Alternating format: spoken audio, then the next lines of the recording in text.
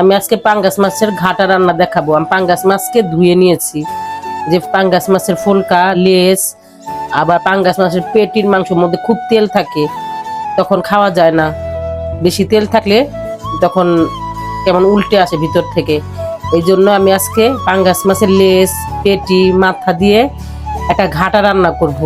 এই ঘাটার রেসিপি আজকে আপনাদের দেখাবো। এখন আমি চুলায় কড়াই বসাইছি। এর মধ্যে আমি পরিমাণ মতো তেল দিয়ে দেবো। তেল এটার মধ্যে একটু কমই দেব, কারণ মাছের থেকে তেল উঠবে। তারপরে এটার মধ্যে আমি পরিমাণ মতো পেঁয়াজ দিয়ে দিব। এটার মধ্যে আমি লবণ দিয়ে দিব। গাইস, আজকে আমাদের চুলায় গ্যাস নাই, দেখেন এটাই, এই যে গ্যাস নাই, এটাই গ্যাস নাই চুলার মধ্যে। তারপরও আমি এটার মধ্যে রান্না করছি। পেঁয়াজগুলোরে আমি ভালো করে ভেজে নেব। রান্নাটা একটু দেরি হবে, কারণ চুলার মধ্যে গ্যাস নাই। আজকে অনেকদিন যাবত গ্যাস ছিল, আজকে আবার চুলা জ্বালিয়ে দেখি গ্যাস নাই। পেঁয়াজটা আমার ভালো করে ভাজা হয়ে গিয়েছে। আমি একটু পানি দিয়ে দেব। পরিমাণ মতো মরিচের ফাঁকি দিয়ে দেব। পরিমাণ মতো হলুদের ফাঁকি দিয়ে দেব। তারপরে এটা আমাকে ভালো করে কষিয়ে নেব। এটা ভালো করে কষাবেন। আমি পেঁয়াজগুলো ভালো করে কষিয়ে মাছগুলা ছেড়ে দিয়েছি। এখন মাছগুলা ভালোভাবে কষিয়ে নেব। মাছগুলা ভালো করে কষিয়ে নেব। লেজ, মাথা, পেটির মাছ তো বেশিরভাগ খাওয়া হয় না, তেল থাকে। এটা পাঙ্গাস মাছ।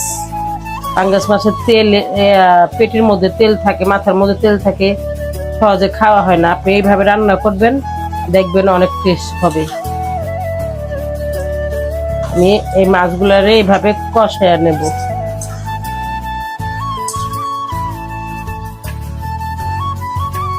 মাছগুলা কষানো হয়ে গিয়েছে, একটু পানি দিয়ে দেব এর মধ্যে। মাছগুলা ঢেকে দেব। এখন আমি এটার মধ্যে লেবু পাতা দিয়ে দেব। আমি যখন গ্রামে যাই তখন লেবু পাতা নিয়ে আসি, এনে ফ্রিজে ডিপের মধ্যে রেখে দেই, পরে ধুয়ে দিয়ে দেই। কারণ আমাদের ঢাকা শহরে লেবু পাতা পাওয়া যায় না। পাওয়া গেলেও দুই একটা গাছ থাকলেও লোকেরা দেয় না। ওই জন্য আমি লেবু পাতা, যে কোনো গ্রামে যাই তখন লেবু পাতা নিয়ে আসি, এনে ফ্রিজে ডিপের মধ্যে সংরক্ষণ করে রেখে দিই। লেবু পাতাটা দিলে মাছ থেকে খুব গ্রান আসবে, লেবু লেবু গ্রান আসবে। তখন আপনি এটা খাবেন, আপনার দেখবেন, খেয়ে দেখবেন, খুব মজা লাগবে। আপনি বেশি লেবু পাতা দিবেন না, বেশি লেবু পাতা দিলে রান্নাটা তিতা হয়ে যাবে। গাইস, আমার ঘাটাটা হয়ে আসছে। এখন এটার মধ্যে আমি কাঁচামরিচ আর ধনিয়া পাতা দিয়ে দেব। দিয়ে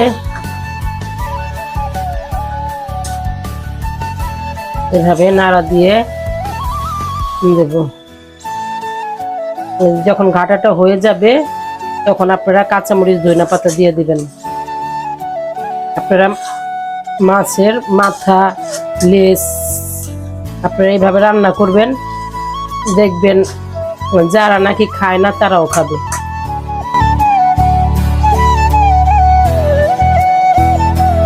আমার মাছের মাথা রান্না হয়ে গিয়েছে।